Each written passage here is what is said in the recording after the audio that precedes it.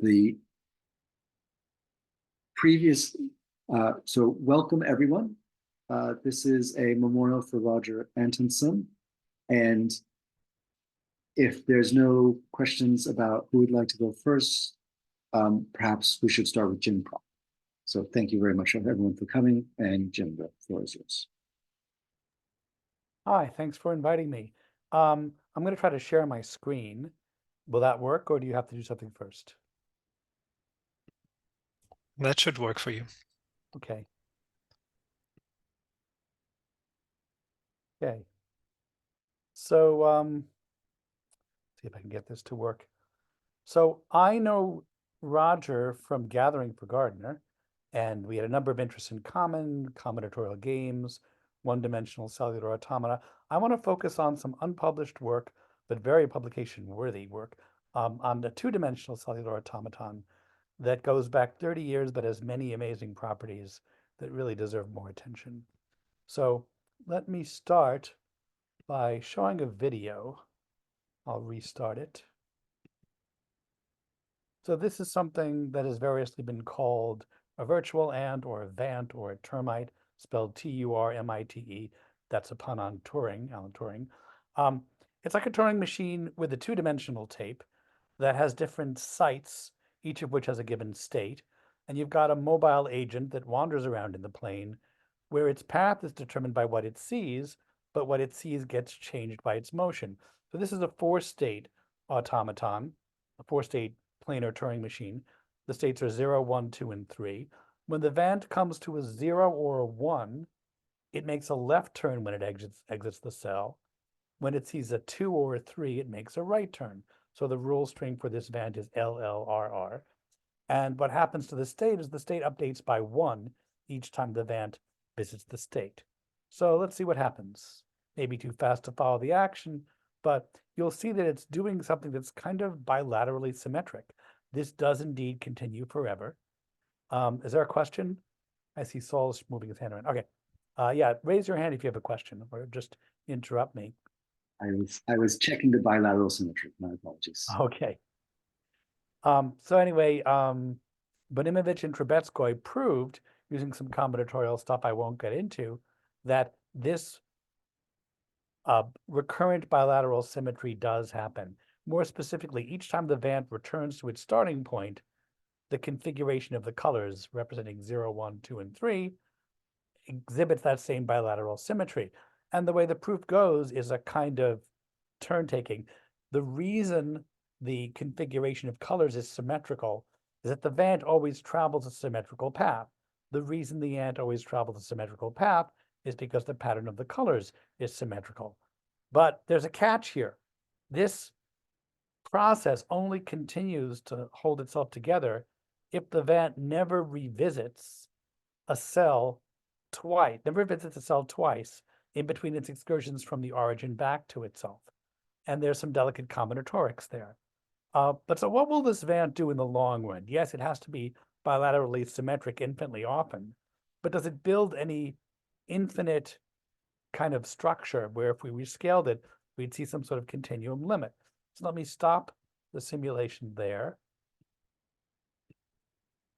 and switch to some canned videos. So here's a video. Scream if you can't see this. But here's the same process. And it speeds up, so we can sort of see it doing something. What's it build? I think we're still seeing your previous shared screen. Okay, so I think I have to stop the share and then share again. And this time, trying to share the desktop.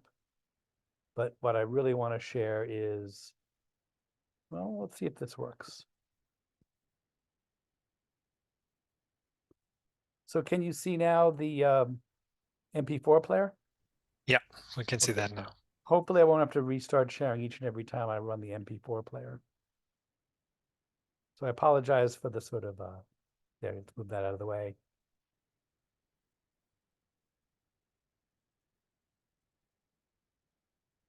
Any guesses as to what shape this thing might be trying to build? Audience participation moment.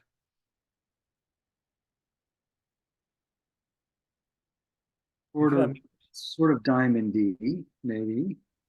Yeah, Maybe. let's do another one. Zoomed out further and faster. Can you see the new screen?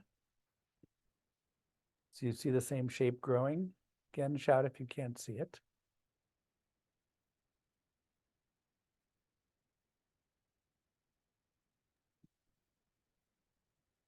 Sorry, it gets caught up at the bottom.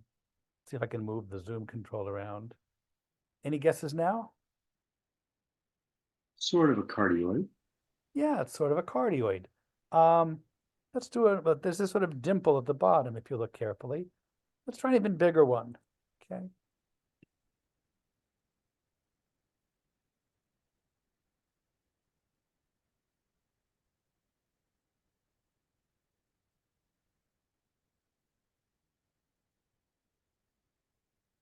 Okay, it's still looking kind of like a cardioid, and it's still got that dimple at the bottom. Okay. So that's one thing we can do. What if we perturb the system a little bit? So here's one where we've created a single state, a single cell that's in state 1. So we're violating the bilateral symmetry property of the initial condition. So Benimovich and Trubetskoy's theorem no longer applies. We're not going to get something that's bilaterally symmetric, at least after the path of the Vant has hit that cell that's bad. So it's still doing something like what it did before, but we see bigger and bigger deviations from bilateral symmetry. Okay. Any guesses what it might be building now?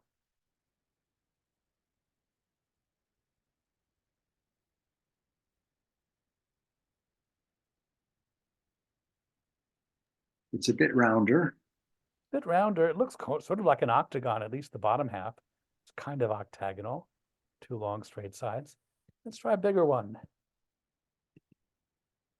Okay. So this is the same thing we just did, but zoomed out further.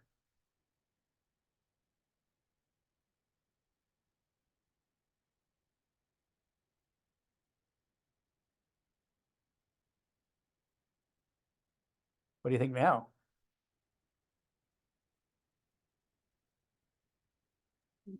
Very round. Very round. Yeah, it looks like it's building a circle.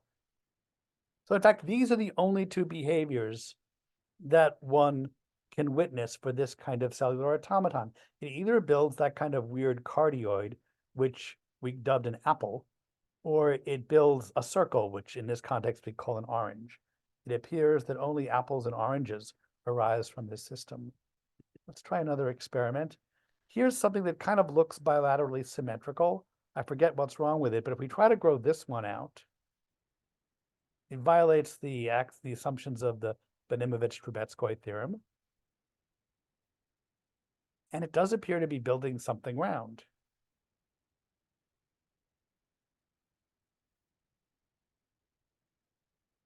Whereas, if we make sure that the conditions are satisfied exactly with no flaws at all, then we get that bilateral symmetry. And in fact, we get that same kind of cardioid, except we shouldn't call it a cardioid because it's not a cardioid. It has a big dimple at the top, smaller dimple at the bottom. I believe all the shapes we get tend to be geometrically similar. So the relative sizes of the dimples at the top and the bottom appear to be an actual feature of this system for reasons we do not understand at all. And finally, here's one more simulation I'll show you. This time we've done the whole background. We've introduced blips and noise, but the noise is bilaterally symmetrical. And all those noisy cells are either in state 0 or state 2. That's important, bilateral symmetry and state 0 or state 2. So if we run this, it does give us that apple shape again. So what is going on? What could account for this? Well, Roger made one really interesting observation, which is really strange. So what he noticed is that as the apple shape is being formed, even though the interior looks very noisy and free of any kinds of patterns, there's a very sharp statistical pattern.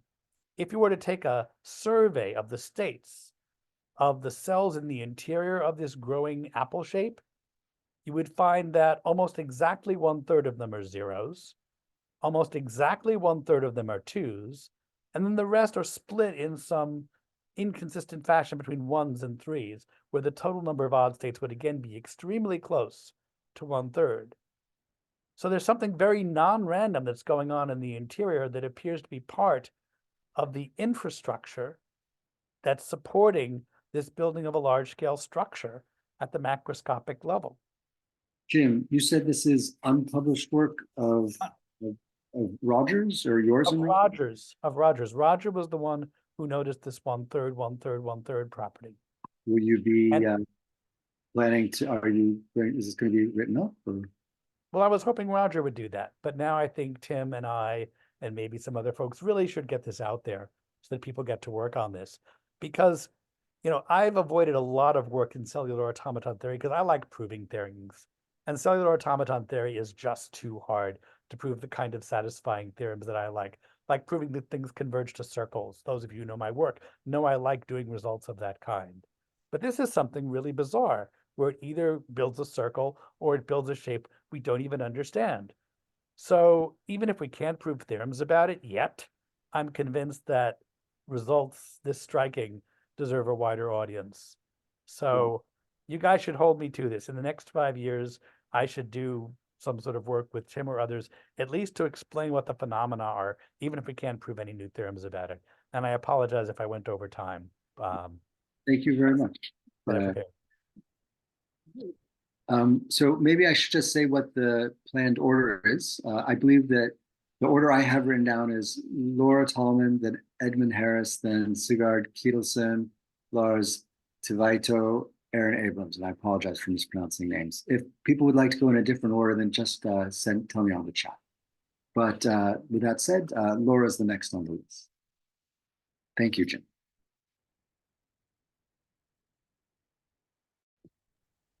Laura, you're Okay. muted. Now you're unmuted. Yeah, sorry. Let me see if I can manage to share the correct screen here. Share screen, share. Okay. Can you all see this gray slide here? Yes. Okay, hi. Okay. So Roger and I collaborated on a lot of things together, and some of them were things that he was working on that I would just talk to him about. And some of them are things that I was working on that he would talk to me about. And sometimes, most of the time, there were projects we were cooking up together. And there's so many of them that we would make a project and then get distracted and start another project. Every week is like another project we would sometimes start. So, and also, I didn't really want to share things that weren't finished, because I know Roger really likes things to be presentable before he'll put them online. So I chose 5 projects of ours that actually managed to make it online. And some of them are done, and some of them still need some future work.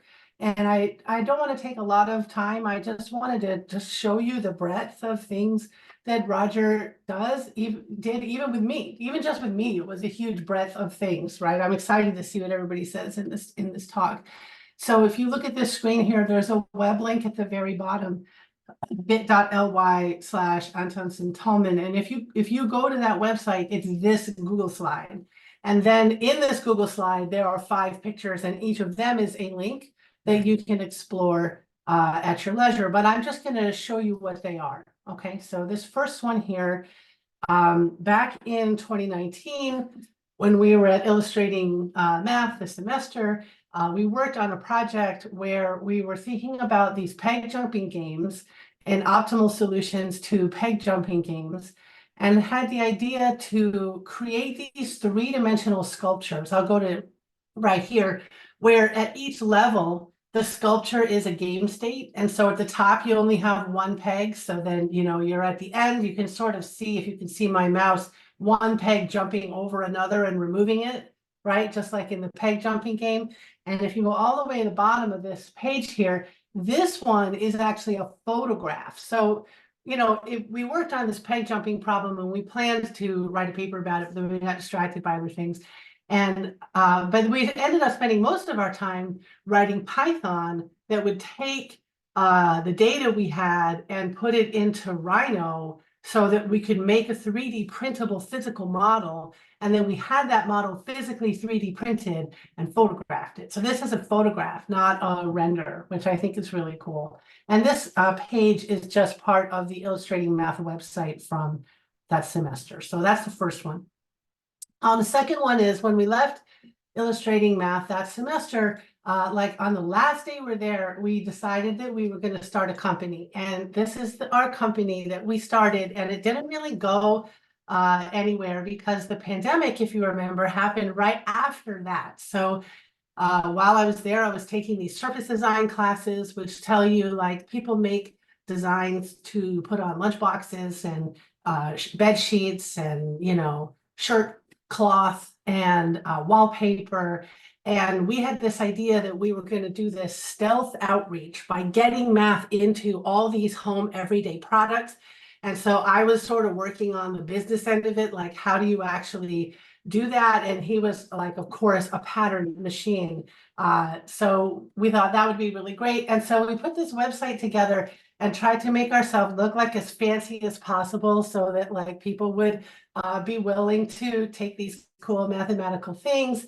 And hold on, I can't click up there. Oh, here. And then we made some designs, and these are actually just like some designs that we had sitting around when we did it. Mostly we were playing around with Kirby and making a content management system so that we could run all this. And like Roger built this just amazing structure that would hold like all this catalog of patterns that we thought we would generate. And then this one, I really love. This is one of Roger's designs where he was actually making a handwriting. He was making this thing that he wanted to make it look like it was handwriting, and he had all these different types of handwriting. This was one of my favorites. I thought for sure we were going to convince like some high-end hotel to let us have this like alien handwriting on the wall, you know, but with the pandemic and everything else, that didn't happen. And also just life is too interesting. And we kept thinking about other things. One of those things was Roger had been working, as everybody knows, with Celtic knots for some time. And he had this great paper, this great project that he was working on where he could generate these beautiful Celtic knot designs with his code. And he wanted to submit it to Bridges. And but you know how Bridges has like a deadline and then you have to get it done by the deadline. Well, I am the bossy pants deadline maker. So we agreed that we would write the paper together. And but it's honestly, this paper is almost entirely Roger's work. And then, you know, together we made it into this paper so that we could get it published at Bridges in time for that deadline. That's always the hard thing about Bridges, is you got to make that deadline. Anyway, this is a fantastic paper. I encourage you to go and read it. It's beautiful. You know, just absolutely amazing analysis. And I have to credit Roger with absolutely all of it. And then it gets into these Hamming graphs. So we actually got to talk about some more mathematical things at the end. And it just, if you're in his code, there's like a visualizer where you can spin that whole thing around. Okay. Again, I don't want to take too much time on any one thing. These last two things, we actually already talked about this at the Illustrating Math seminar last fall. So I don't want to say too much, but I just want to show you what these links are so you can go and use them. This Pattern Punchnet is the first like website app that we put online. And at one point we even had like, you know, users could log in and have accounts, and there were databases and Svelte and Skeleton and Tailwind and all kinds of things I didn't understand that went into building this website. We talked about that a lot. But in the end, we have this website that generates punch cards for vintage knitting machines that have punch card feeders, and then a previewer of what it would look like. And you can do different wallpaper patterns. It's going to be really slow. I have to figure out how to make it less slow. You can make it make up random designs for you, which is really cool. And one thing I encourage you to do is to make a design, hit the share button, and then that will add it to this gallery. And then your work will be in this gallery of designs that anybody can come and add designs to. So I encourage you to go make a design and add to it and throw it. I have no idea what's going to happen as I click these buttons. It's very slow. And if you click on any of these, you can see how they made it. So like this one here, for example, Roger has it all set up so that if you click on it, it opens the app to, it's very slow, but it's thinking about it. There we go. To that design. And you can see that it was made with this pattern and then doing a wallpaper pattern on it to get this design to happen. It even will do like wave function collapse, which is really cool. I don't want to get too, you can explore it. And then the last thing is that we've been working on was Stitch Wizard, which was kind of like, instead of just using punch cards, what if it was just patterns?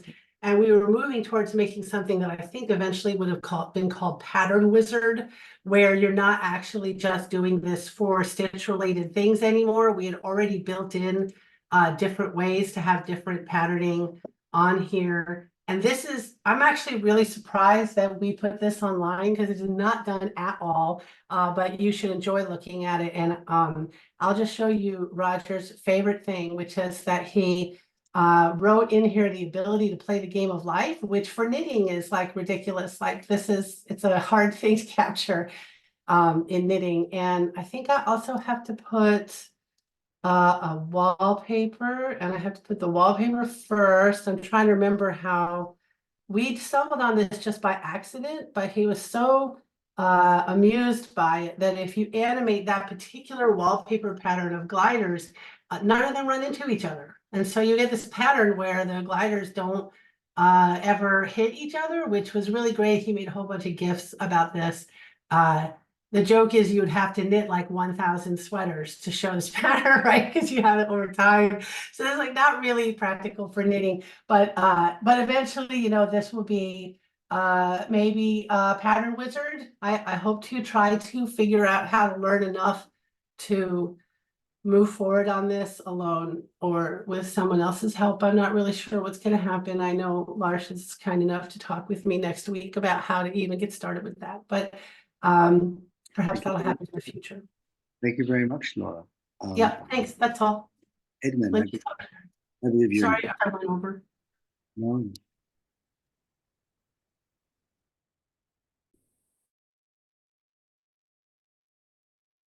So this is going to change topic a little bit, and it's a work I haven't we hadn't actually spoken about publicly before this. So this is the first time a lot of conversations that Roger and I had growing out of the ICERM semester. But we're both quite interested in the question of sort of what the philosophy of mathematical art should be, and the sort of interesting challenges that come up when you start thinking about mathematical art, because neither the philosophy of mathematics nor the philosophy of art particularly fit. So then sort of following later than ICERM a couple of years ago, I came across and read this book, Genuine Pretending. I'll put a link to its page in the chat. So this is a book by Hans-Jörg Müller, who is a scholar of Taoist philosophy, and he takes a reading of one of the sacred texts of Taoism, the Zhuangzi, and sort of they read it from as a humorous satirical text, which is firstly a very interesting way to look at things. But he proposes in it a sort of look back at the history of philosophy, that you have a notion of identity built off sincerity. And that's sort of present in Western philosophy and in Confucianism. And that is sort of, you have outward aspects of who you are, and your job in life is sort of to fit your inner life to those things. So if you're a math professor on the outside, you should be a math professor on the inside. If you're a father, you should fit that, and you want to correlate your inner life to the outer exterior. And that is then critiqued both in Western philosophy and in Chinese philosophy, and they present Taoism as a alternative to that. But in the West, the main alternative was the notion which is often described as authenticity. And that basically flips the script and says instead, you have sort of an internal life, and your job in life is to make the external fit the internal. And we felt that this sort of summarized some of the tensions you're feeling in mathematical art. You have the sort of sincerity side of the mathematics, and then the more authenticity model of the art. And so when you're looking at mathematical art, you're being challenged from those two different perspectives. And Taoism was actually interpreted for a long time through a model of authenticity, because it was seen as a different challenge to a sincerity model. And what Muller discusses is how actually that's not really the case at all. The response to sincerity that Taoism presents, especially the Zhuangzi presents, is quite different in character. And they give they sort of name that alternative the notion of genuine pretending. And it's sort of one of the basic tenets of Taoism is that there is no inner life, there is no sort of identifiable person. And so, of course, the notion of authenticity doesn't really fit it. But with genuine pretending, you basically start by saying, well, everything's an act of some sort, but your job is to make that act have something meaningful and genuine to it. And so they build this as a model of identity, but we thought that this was a great way to start thinking about mathematical art, because what you could do is you can sort of start from thinking about and just playing with ideas, whether it's just generating images using algorithms or thinking about ways to represent certain mathematical ideas, and seeing that always as some sort of pretense, not the mathematics itself, but some sort of shadow or version of it. And then the job of the artist is to ensure that the work that's being done has that genuineness to it. And that genuineness will vary from piece to piece, what you regard as the important sort of piece of making art. But for mathematicians who are making art, you might require a very, very precise and detailed amount of, sort of focus more on the genuine. People who are artists who are picking up mathematical images or visuals, so people, for example, who work with the Penrose tiling, might be less interested in that sort of what the behind the scenes mathematics is.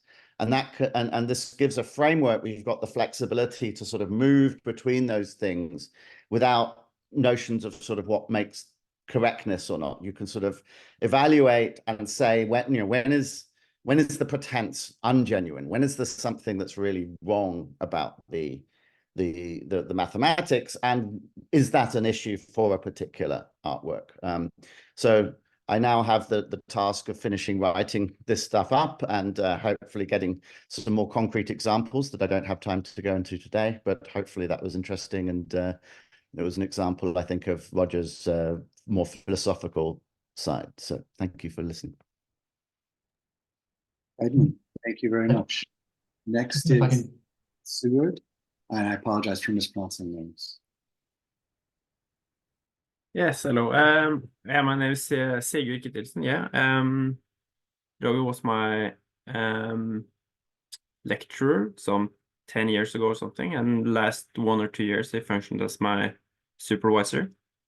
So what we were working on were different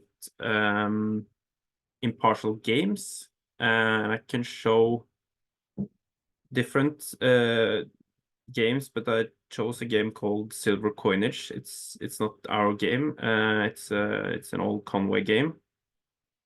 I'll try to share the screen and show the Wikipedia page for that.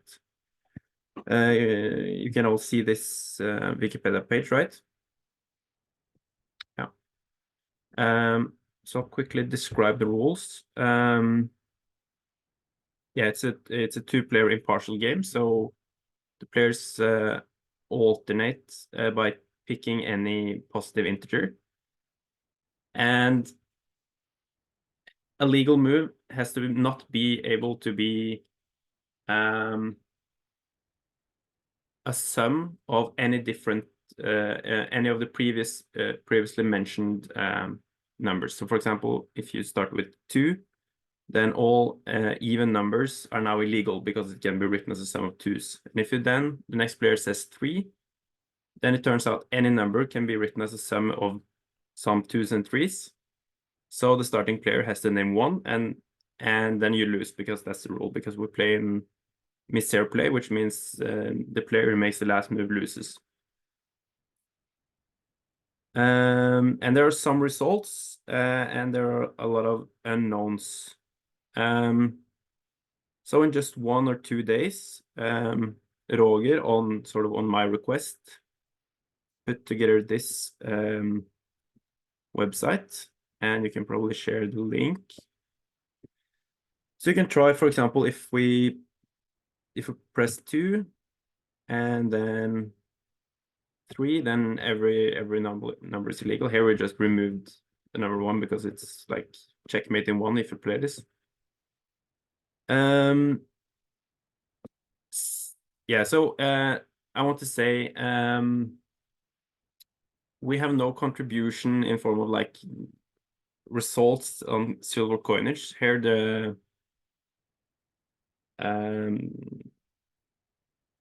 illustration is like the tool or the sort of the contribution. So if anyone wants to play around solving these unknown Conway problems,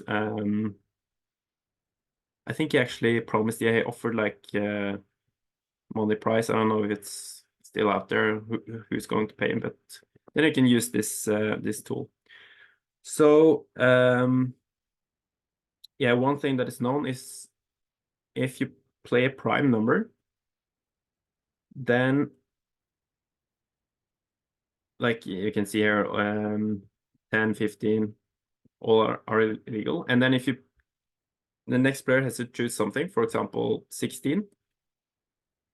And now the GCD of the played numbers has to be 1, because like the first one is a prime, and then you cannot pick any multiple of that prime.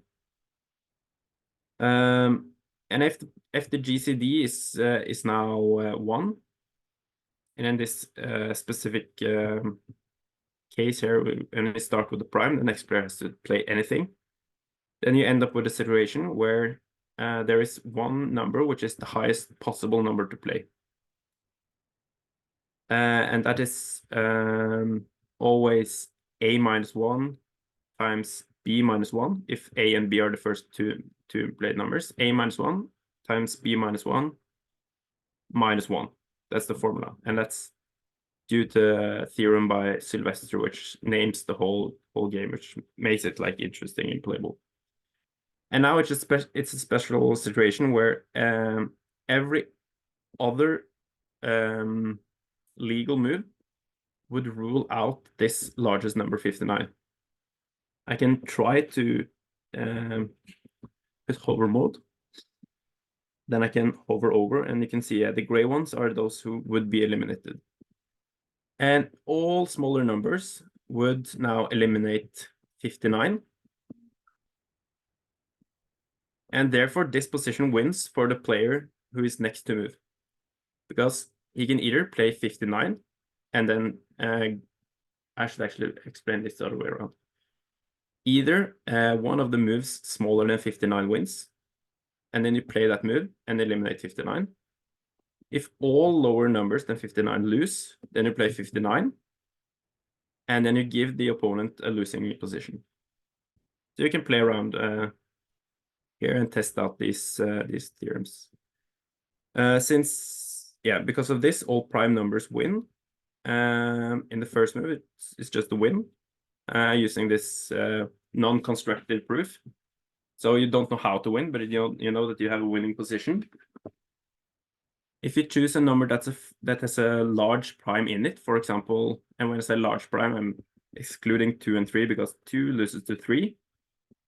and 3 also loses to 2 for the same reason. So if you choose, for example, 30, then your opponent will play, like, you can factor 30, and then you find, okay, there's a large prime 5, and then he is in a winning position for the same reasons. So the only remaining interesting starting moves that are unsolved are the so-called 3 smooth numbers, those who factor 2 to the I times 3 to the J. And those are the ones who are with like a box around them here. So these are the only numbers we don't know if wins or loses. Actually, the smallest of them have been checked. So 2, 3, 4, 6, 8, 9, and 12 all lose. And 16 is the first unknown.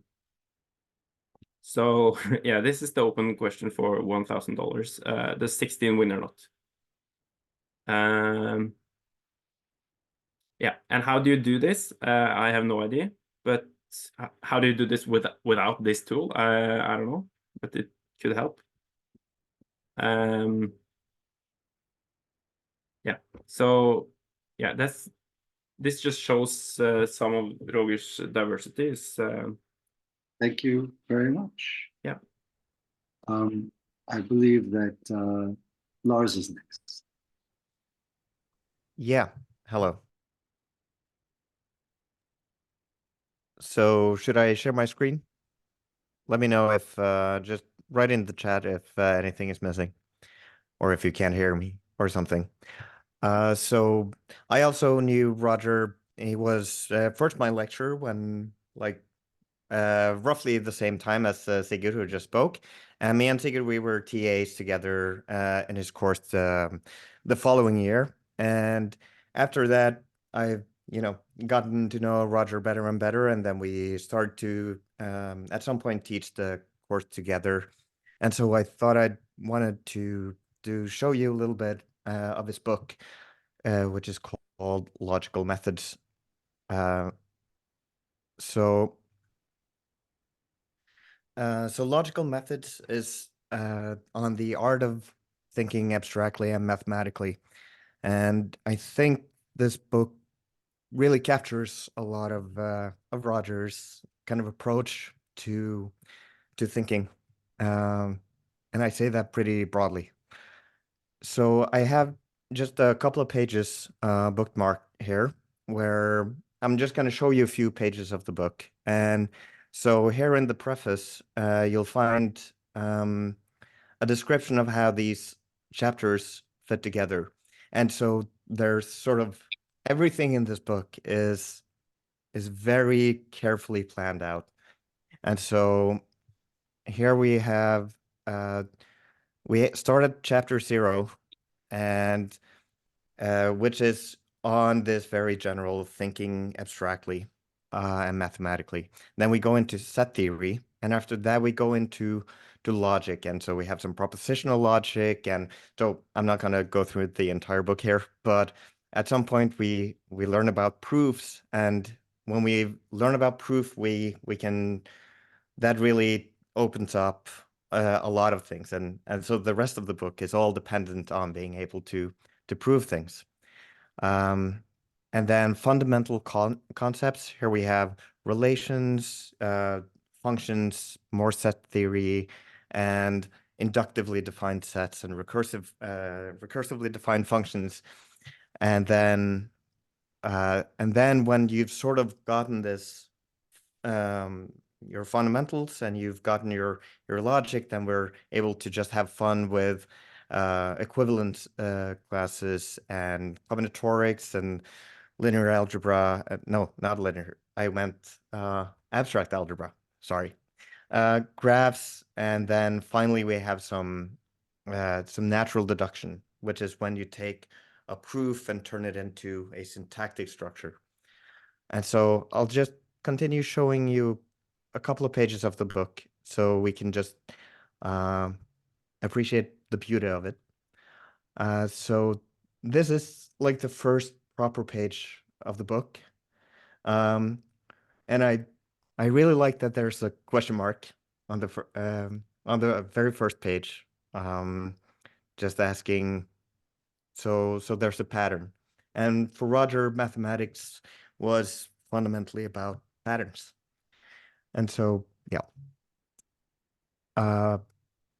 When we're talking about set theory and their operations, everything is beautifully illustrated. And so I've tried to select some pages with some nice illustrations for you. So I really like this, the universe of relations. And then here are all possible relations drawn in two different ways. And so it's asking us to take two different perspectives on this thing. Here we have something similar for the universe of functions. And then all function from the set 1, 2 to 1, 2, and then all function from the set 1, 2, 3 to 1, 2. And just writing them all out is a very Roger thing to do. So, oh, I forgot to mention, so this one here is showing you how sort of bit strings are composed, but this under here is actually given sort of, we give it as a puzzle in the beginning. So if you notice these chapters, so I'm going to spoil the puzzle for you, by the way, I'm sorry. But so this is a chapter, and all the chapters start with this little figure. And then we ask at the beginning of the semester that there's a pattern to this. And if you look at it for long enough, you'll find it. And so here we actually spoil what it is. So yeah, here we have recursively defined functions. They're beautiful and they're beautifully illustrated.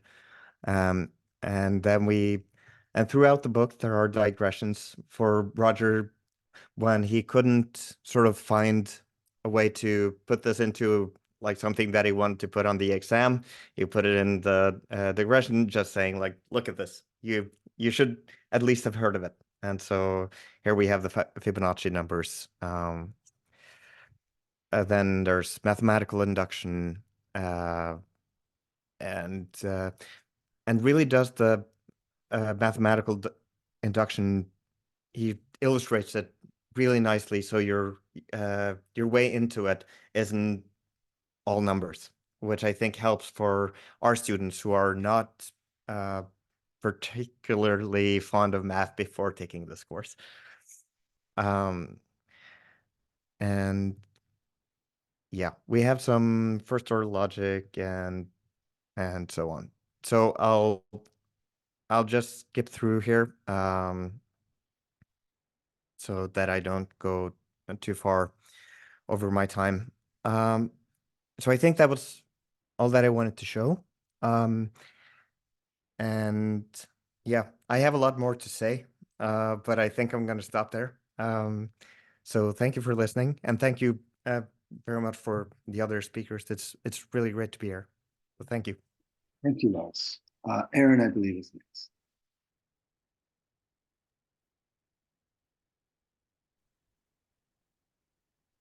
Hi, everybody. Yes, indeed, Lars left much more to say, isn't there?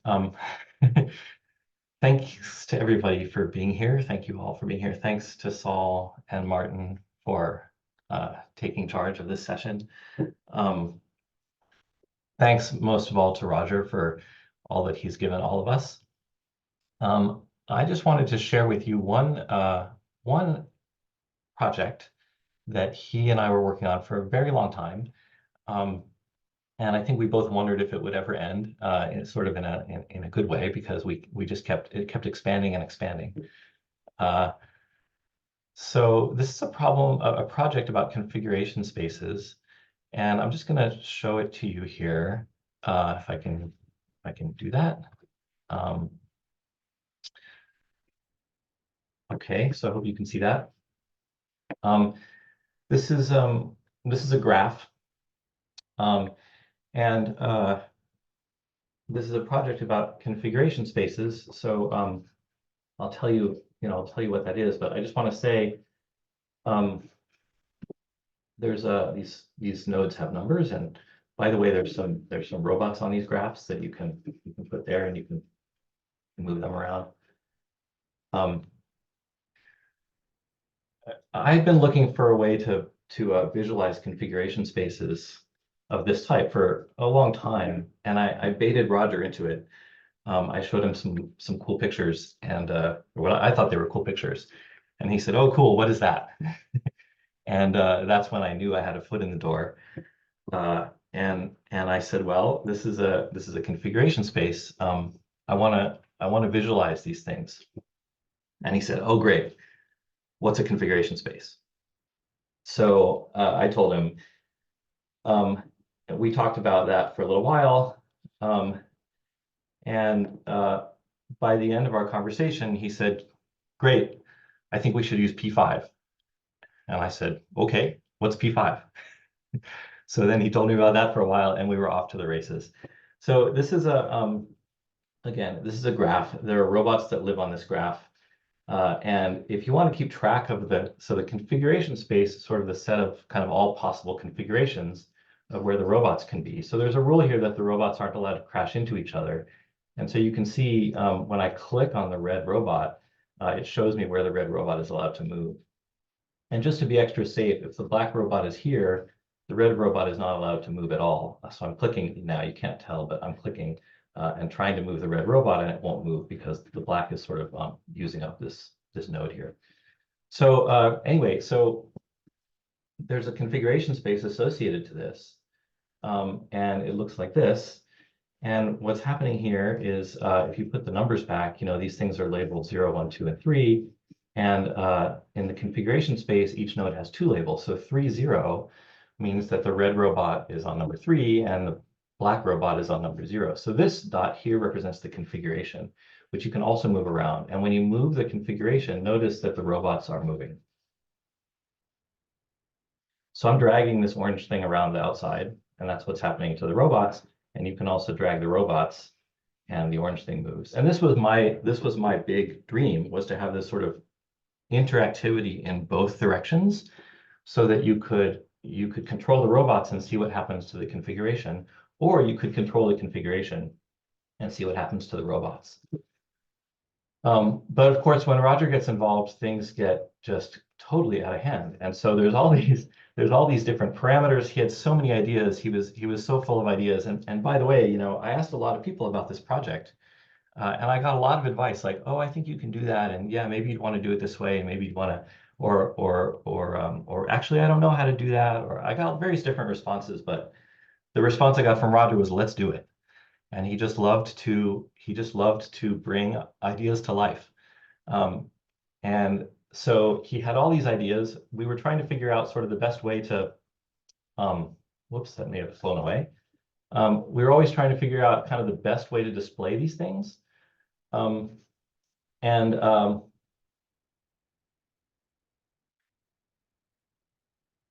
so let me show you a slightly more complicated one. So, here's a little bit of a more interesting graph.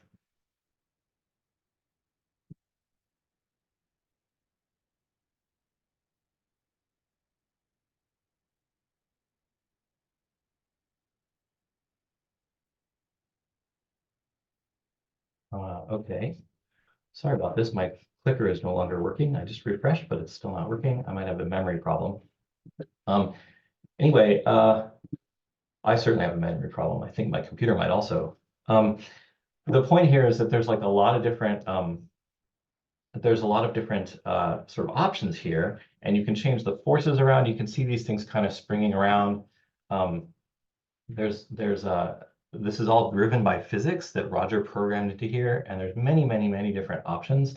And so I guess many people have touched on this already, is, one of the things Roger loved to do is to sort of see what emerges from simple rules. And this is yet another example of that. Let's see if I'm back in business here. I'm not sure.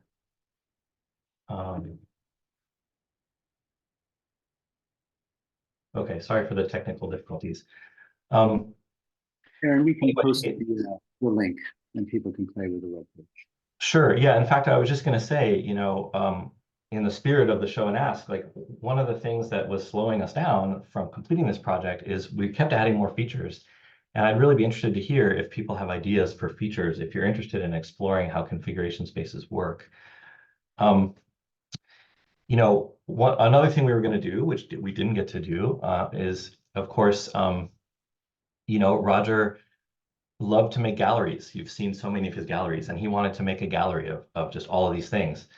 And one of the challenges with this is that maybe I'll stop the share just for a moment. One of the challenges with this is that each image, each graph, each configuration space has a different set of parameters that would sort of make it look good. And we spent a lot of time trying to optimize, trying to automate the process of making it look good.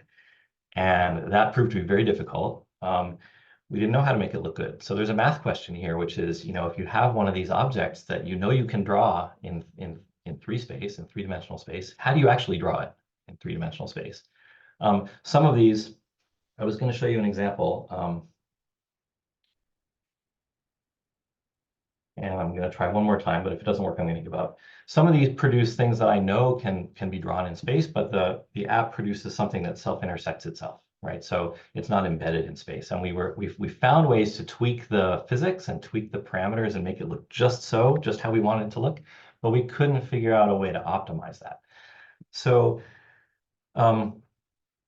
that's a real challenge, and I have to say, like, working with Roger was so much fun. We solved dozens of little problems in every session, and it was so much fun. He had so many ideas, and he was like a virtuoso with his computer, like the way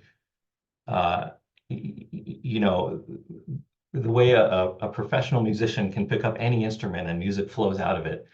He was like that with his computer. The ideas flowed through him somehow and came out on the computer screen.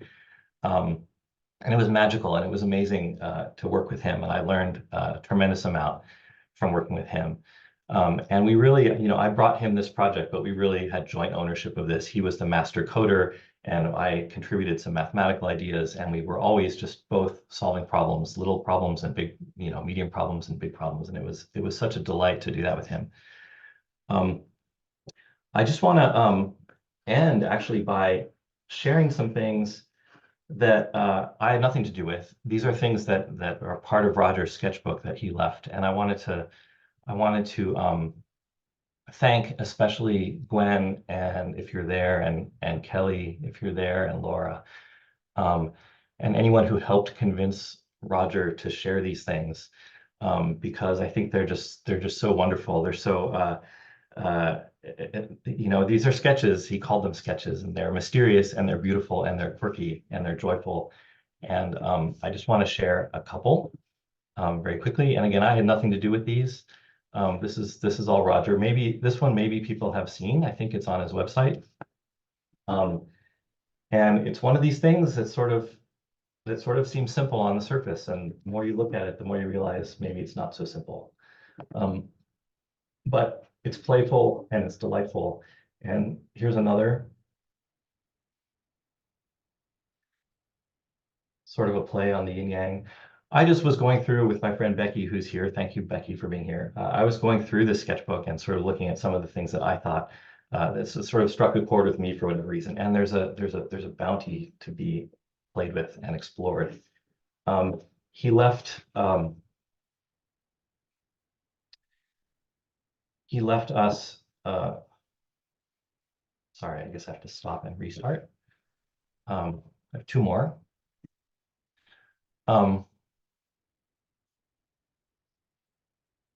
He left us love letters as part of his asemic writing habit. And he left us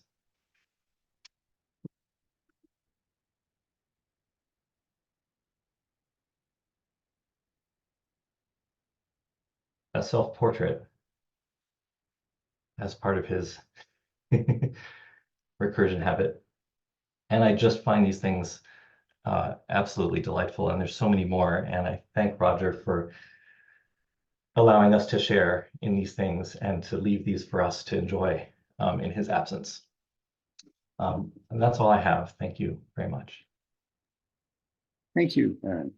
I'd like to thank everyone who presented material in the hour. I think the thing to do now is to end the recording and thank everyone again. And if anyone would like to say a few words off the cuff or otherwise speak to Roger's memory, then why don't we do that once the recording is done? Thank you very much, everyone.